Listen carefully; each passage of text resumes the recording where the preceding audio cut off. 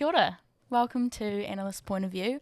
I am Maddie Pont and we've created this podcast to educate people within the sports industry about performance analysis, what it is and what analysts do behind the scenes.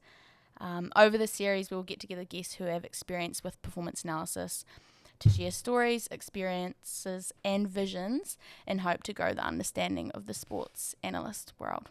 So with me today I have Zoe Whatarau and Scott Manson. Zoe, if you want to speak a little bit. Kia ora. Thanks for having me. So obviously I play for the Spirit, play club rugby for Otago Union.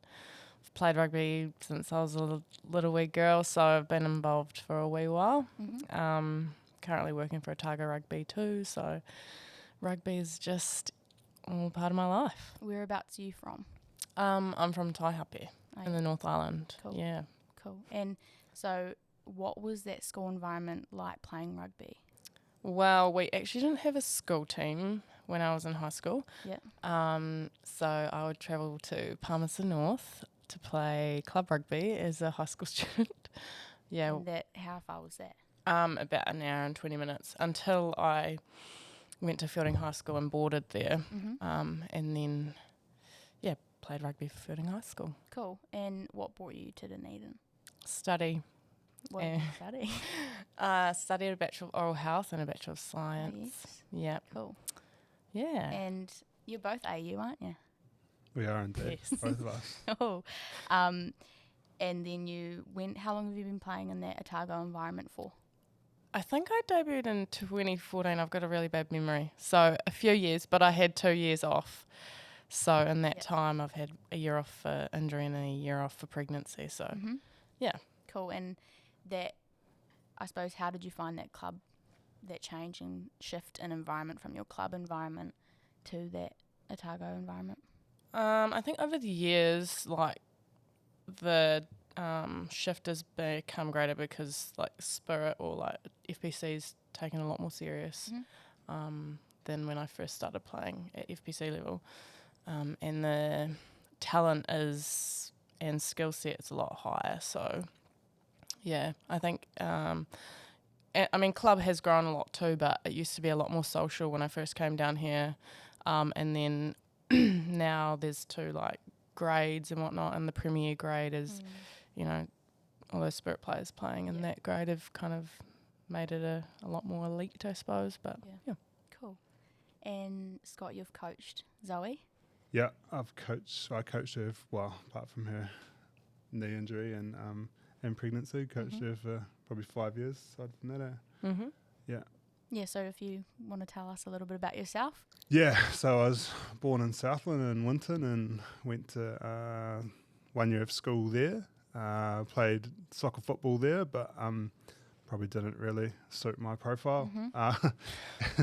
I don't think we were allowed. I think for some reason we were allowed to play rugby till we were 6. So when I was 5, I played a wee bit of football there, and then I moved to Mossburn, which is in northern Southland, up the road, and then played for Mossburn Rugby Club.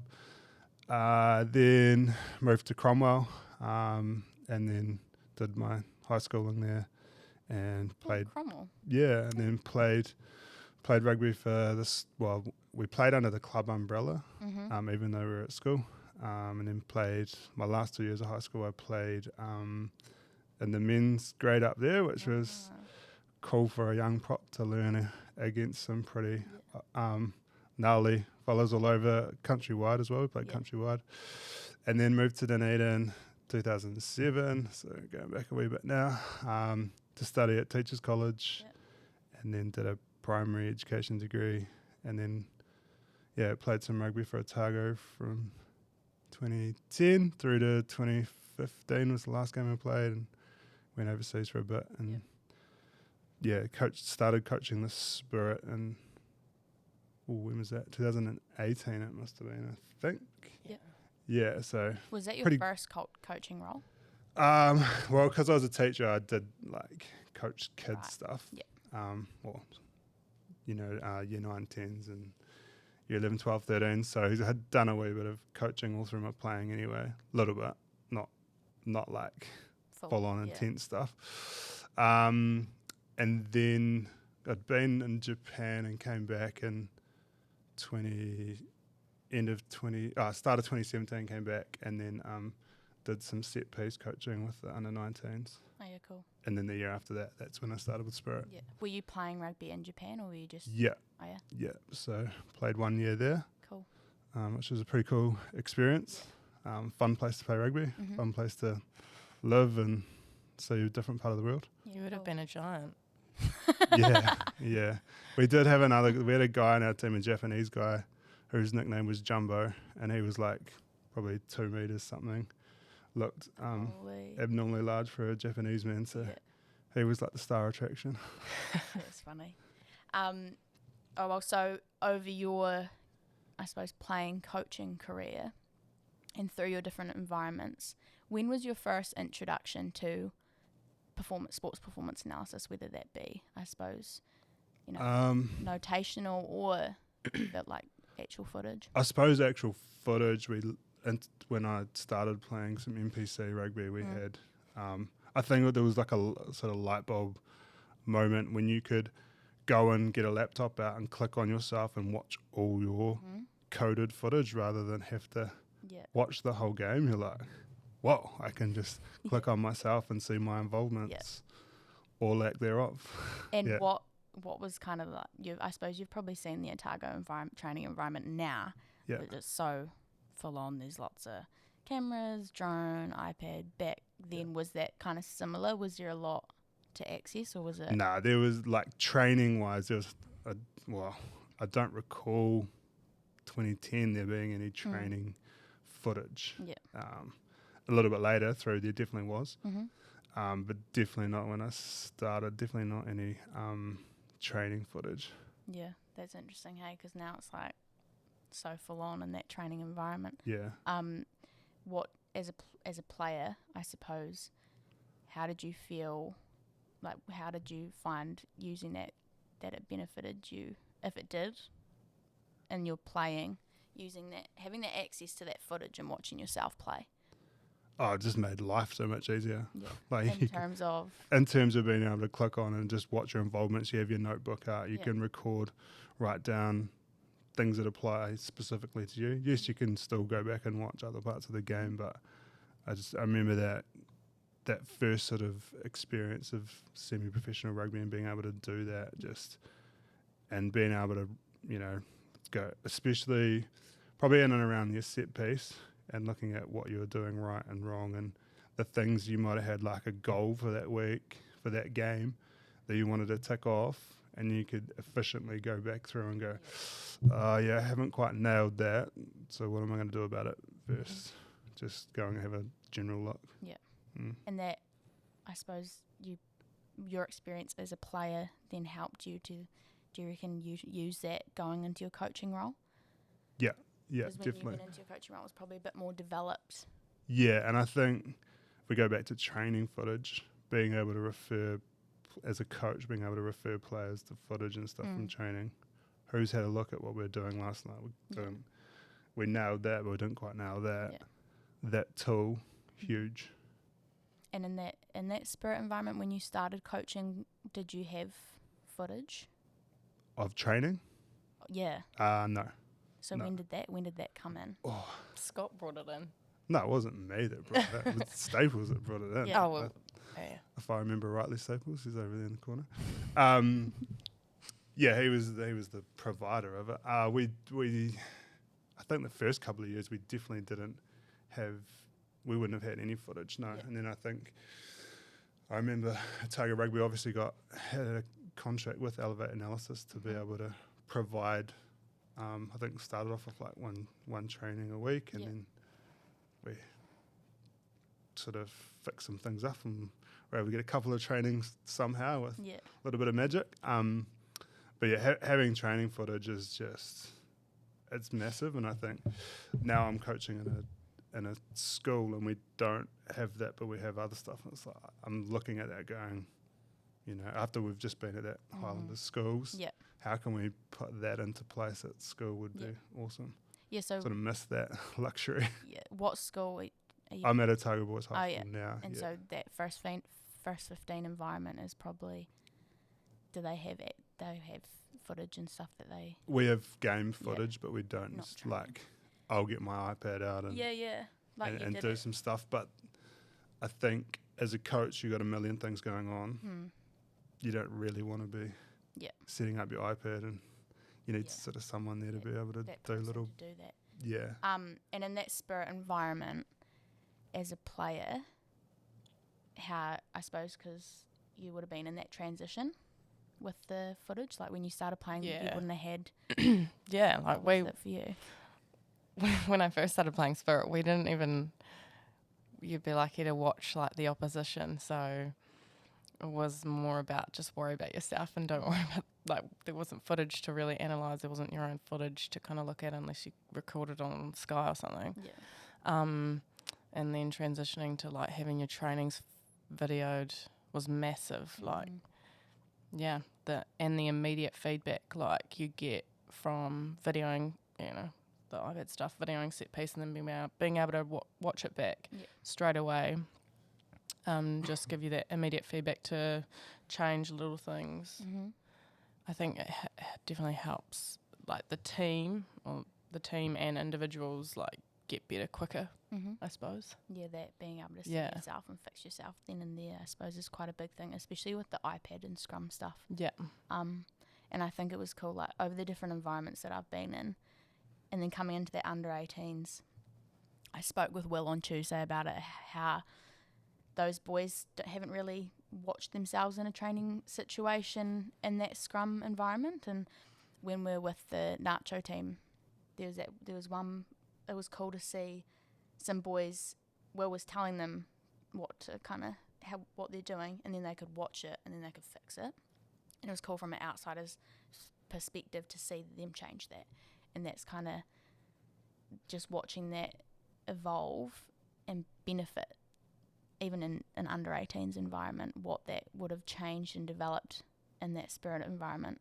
And as a coach, how have you seen it benefit your players or your team as a whole?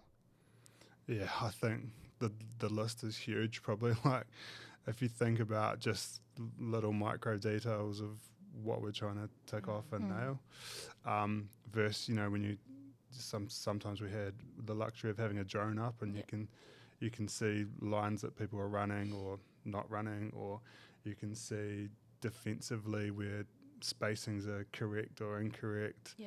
You know, going into some breakdown, and you can just say, oh, I've actually put my head in here when I thought I was doing it here. Like, there's just those realization moments and that's the big thing, right? Like, whenever we're doing something, we can feel like we're doing something, and until we see it, it might be a complete different picture. And that's what you're talking about with those under-18 boys. Like, it's easy for us to say, oh, we need to do this, this, and this because of this, this, and this.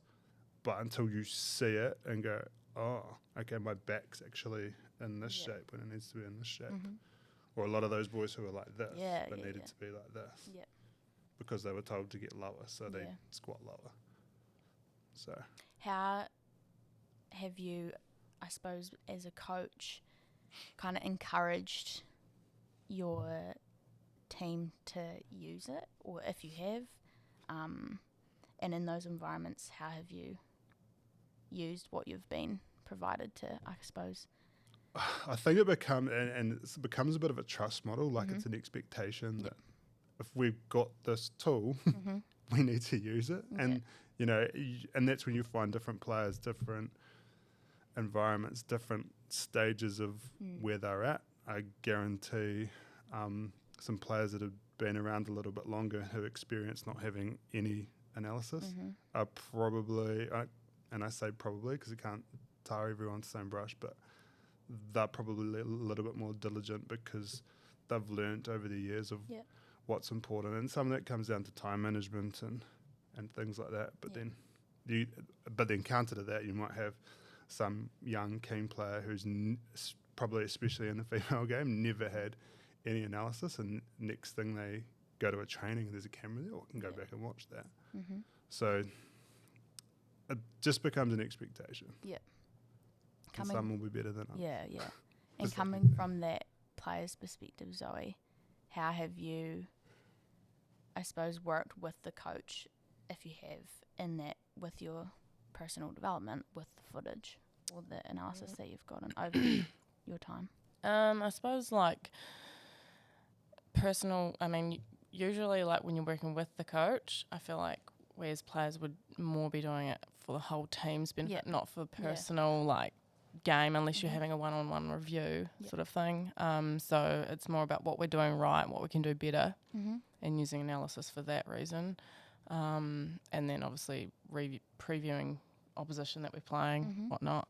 But like if you are having a one-on-one, I haven't really done a lot with a coach present. But yeah, I suppose a lot of the stuff that you focus on is more team stuff. Yeah. I think we've spoken about it a lot over this podcast, is the benefits in looking at the team as a whole rather than individual, and then having that time. There's a time and a place for the individual analysis. So I suppose in that environment, I think most coaches as well will be encouraging players if they want to go through some footage, cool, clip it up, send it through. Yep. Then I can email something back, I can message something back. We can have a sit-down meeting if we need to, but like, I suppose especially in an amateur environment, there's not always that time to be able to sit down face-to-face.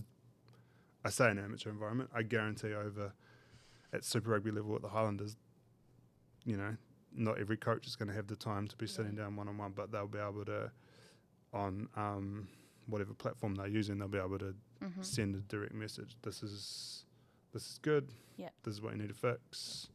Blah, blah, and blah. I suppose that's that difference, is that men's NPC it's a paid role, and whereas you women are literally, you've got your jobs, and then you're training a Tuesday, Thursday. Yeah. And you're playing. How do you find the time? How do you find it in general? Because I think Scotty's touched on it. Like, it's about time management, and I think like the players that have been in the environment know the ropes, know how to manage their time, and see it as like, this is almost like not a luxury, but like this is an awesome opportunity to get better. You'll find the time. Like, you'll, even if it's you're having a late night after training and you spend an hour after training, or not even an hour, 30 minutes after training, just looking at the session that you just did, or the game that was on the weekend, or the next team that you're playing. You kind of just figure it out, find the time. Yeah. And as players, I noticed this year you guys had a lot of responsibility yourselves, bringing stuff to the training as I suppose those senior leaders of the group. Yeah. What was that? Did you have to do that last year as well? I think we tried to bring it back this year because it was really beneficial in previous years, having like key players in the team involved in a certain area. So like, I don't know, for myself, involved in defence and like what we're doing well, and then feeding back that to our teammates and then previewing the defence of the opposition team that we're coming up against. It works really well to kind of almost give the girls a bit of responsibility in their own analysis, even though, we are under time pressure because it's not our paid role, but still giving them some ownership over what we're trying to achieve as a team, getting everyone on the same page by like having it player driven as well. So yeah, it kind of would take some pressure off the coaches as well, because if they can see that their players are analysing the game and then they're getting the things that they want right, or on the same sort of page as what they're trying to deliver to the team, then the team's more likely going to achieve what they want. Yeah. And I suppose, was that similar? Yeah, so if I'm picking up what you're putting down, that was fully player-led? Majority of it. Yeah. So last year we did a little bit of conjunction. So Kane Jury had the defence. I think he had Leah and Keely with him. It doesn't really matter who was with her. But each coach of a lead area had 2 or 3 players. And then, so for me, I would get in contact with Julia and Isla, I think it was, doesn't matter who again, and we'd go through like what was important, what were our big rocks, etc., and then we'd look at opposition and do that as well. So then we sort of did like a unit, anything unit based we did within Messenger and just sent any clips that needed to be sent. And then every session we had 2 players come up, they would present attack, preview, review, and then all the coach would do, the coach would have met with them. So I know Kane would go to a cafe with his girls. Yeah. So he would have a wee coffee and go through everything, blah, blah, blah.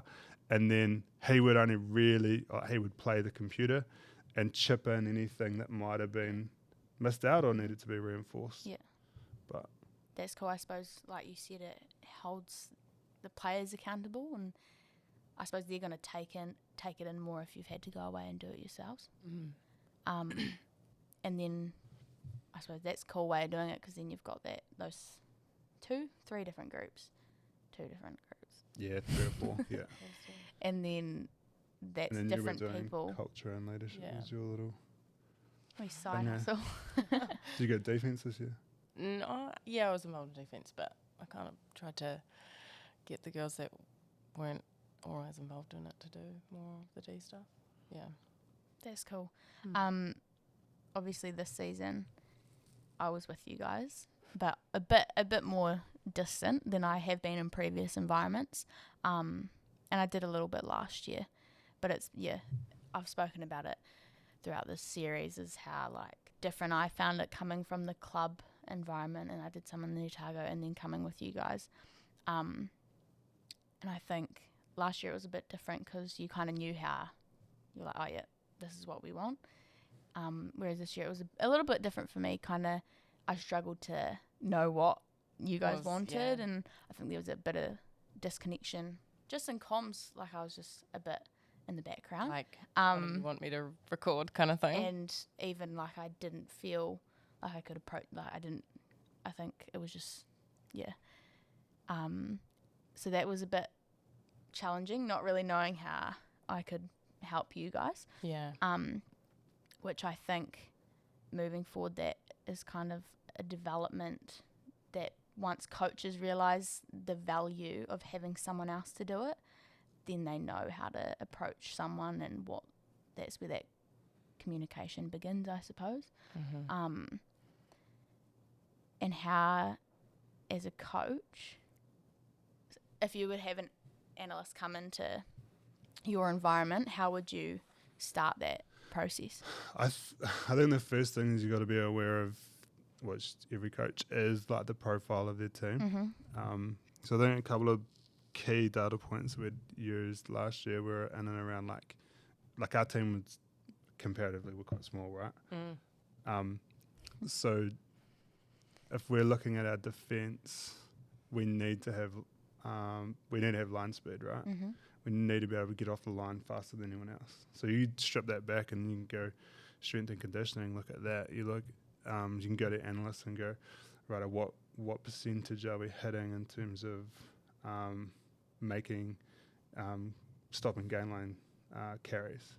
So you look at the opposition's gain line carries on us and where we're at. You look at your double shoulder hits, what percentage are we double shoulder hitting. So I think it's firstly recognising what your team is, what your strengths and weaknesses are, and then what sort of data do you want to be able to find out, and then use that in your coaching. Yeah. And how would you, I suppose, integrate that analyst into your environment? Yeah, because I think in different times and different stages, if you look at again for an analyst at FPC level versus MPC level, MPC analyst travels away with correct, even that little bit of connection piece of being involved full time in a group versus someone that's coming in and out just for little pieces. Like you guys would be training in the mornings and stuff, you might not necessarily have an analyst there. So that whole connection piece is very different. Yeah. So I think any way you can involve an analyst is going to be best. And I suppose from a coaching point of view, it's always good to know, like especially at an amateur level, of how much your analyst is either available is the right word. Yeah. How much your analyst is available? How much do they want to commit to? How much do they want to? Yeah. How much do they want to buy into the team culture and environment, or do they just want to come and do their job and bugger off? You know, like there's and then if you can implement and include as much as possible, then awesome. I suppose it's hard at that level. Hey, it's that kind of. It is, but again, if it's nice and clear. Yeah, from the beginning. I think like the team management need to be the head coach needs to kind of initiate that conversation with analysis and kind of integrate them in how they see fit as well. They have to set that, like what their expectations are with what you can kind of provide and then let the team know what's available, because like even you're saying you didn't know if you could approach us, we didn't know if we could approach you guys, and so that's like how available are you guys to us, or so I think in that I think it comes from probably the head coach, maybe we would have been similar this year with development as well, like we would have been similar like in terms of time availability and stuff, like and did you have David? Yeah, and that's even the people that you're getting as students, so they're that's the same. It's the same on both sides. You guys have got jobs, you guys have got other commitments as well, and then it's also the other end of the stick. At that level that's not professional yet. It's definitely, it varies over environments, and the group that is just having those brave conversations and setting the expectations from the start.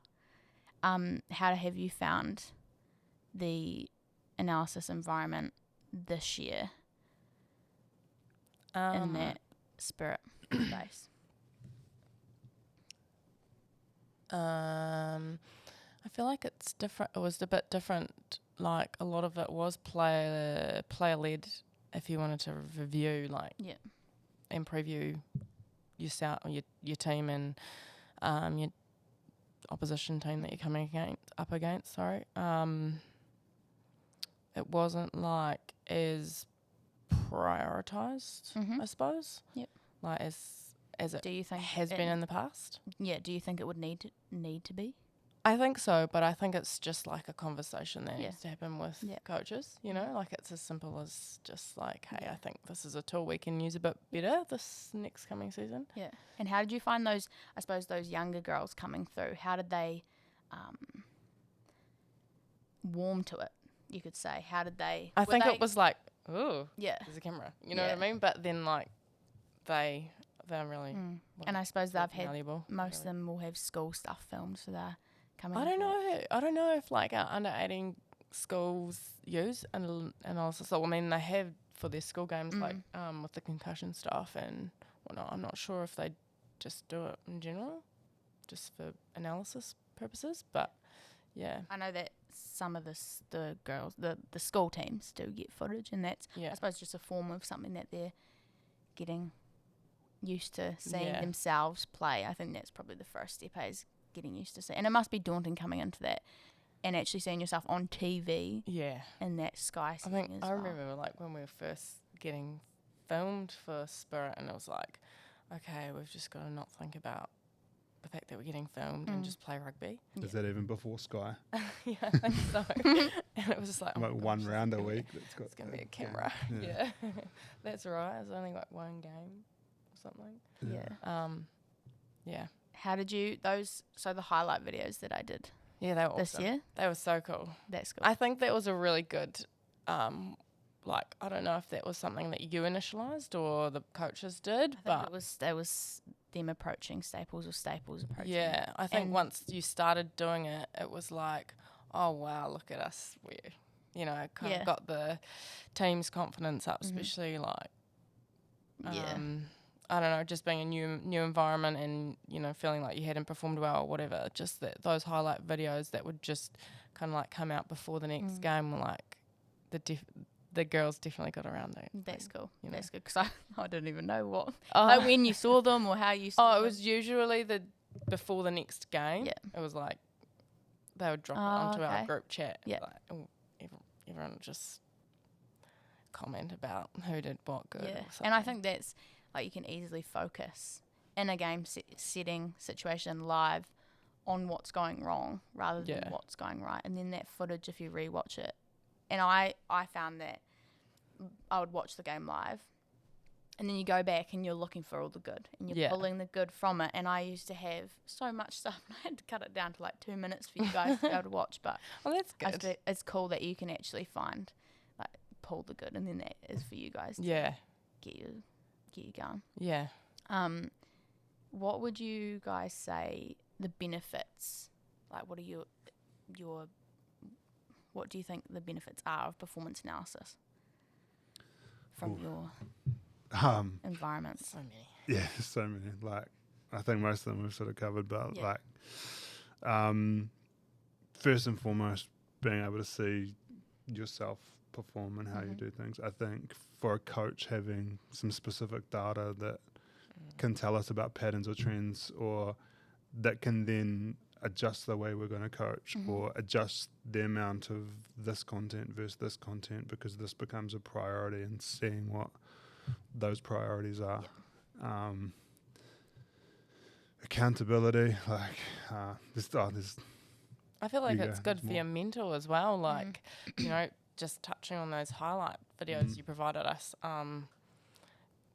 Like, if you've spent a lot of time analysing something that you just can't nail, and then you just watch a highlight video and you're like, oh, far out.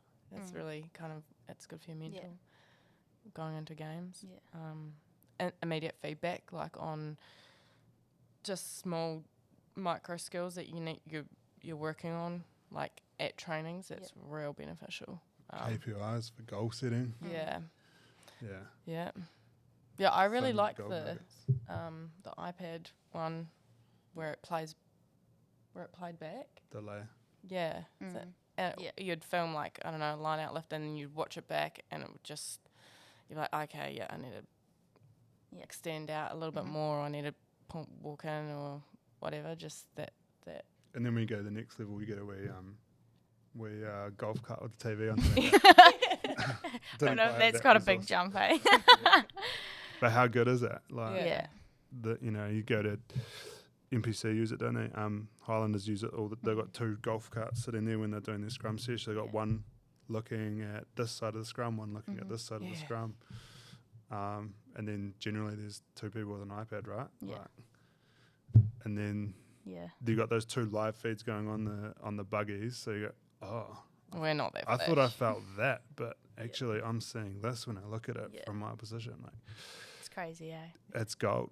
It's gold. And that's that live feedback is so beneficial. Yeah. And it's actually been cool to see it across the environments. How I brought it into Dunedin this year, like just bringing an iPad to the trainings, and we didn't use that last year, and just the boys being able to see themselves and be like, right, boom, and then it was just cool to see them fix it. No, that's cool. I've obviously got you both on for this episode because you're in that women's space. How,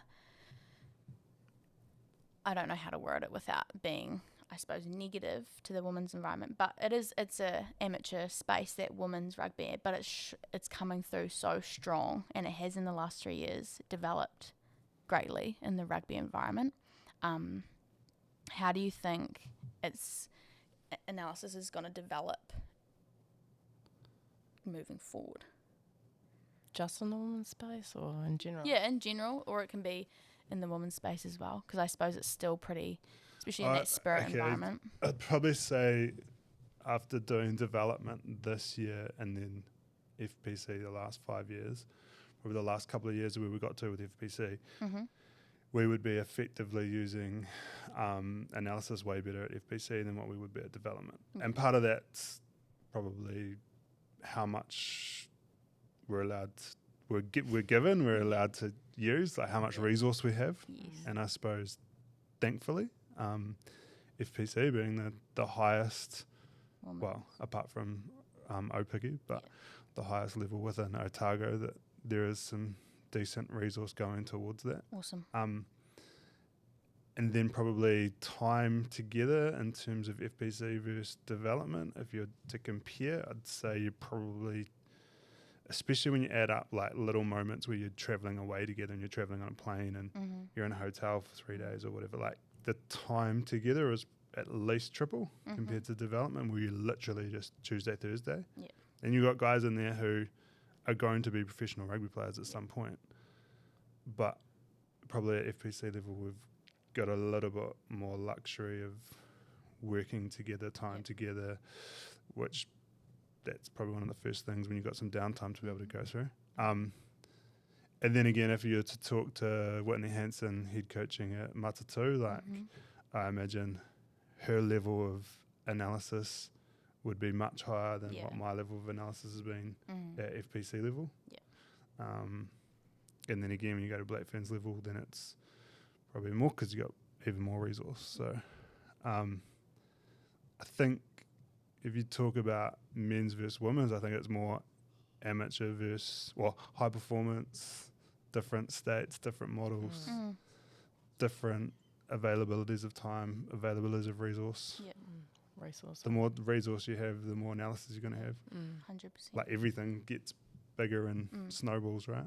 And hopefully the women's space will be just as, I suppose, full on with that analysis availability eventually, hey?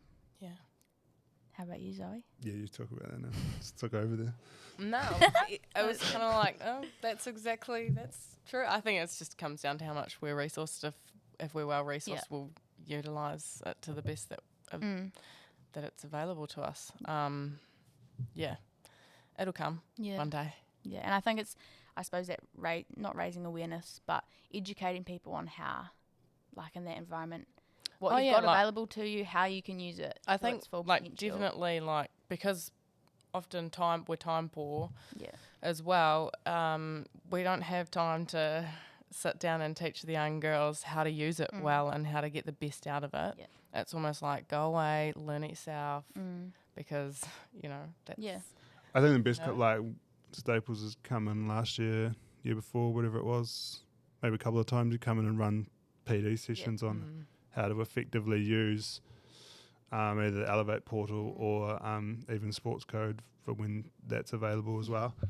I think you probably need those every year, at least. Definitely. At least. Just as a refresher, and also like for those fresh... the team changes every year. It's a different team every year, so definitely beneficial every year. Yeah. Cool. Hey, well, got kiddos to go pick up. But I do really appreciate you both coming and taking your time out of your day to be here. Even though it was short, it's always good to get talking about it. And I think that's the whole point of this, is just to, I suppose, bring it into conversation and increase people's understanding so that they can better utilise it, especially in those environments. And hopefully it does start, because it's developed over time greatly in such a short amount of time because of the technology, and now it's just kind of how you guys can use it to its full potential. Yeah. Awesome.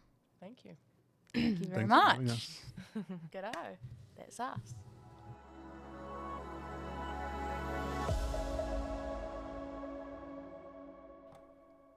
Kia ora.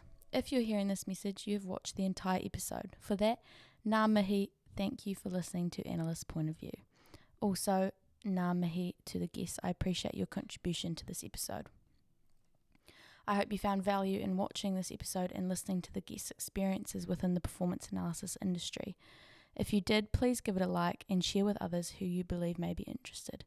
This contribution will continue to help grow the understanding of what performance analysis is and what analysts do. Ngā mihi I tō tautoko I a au.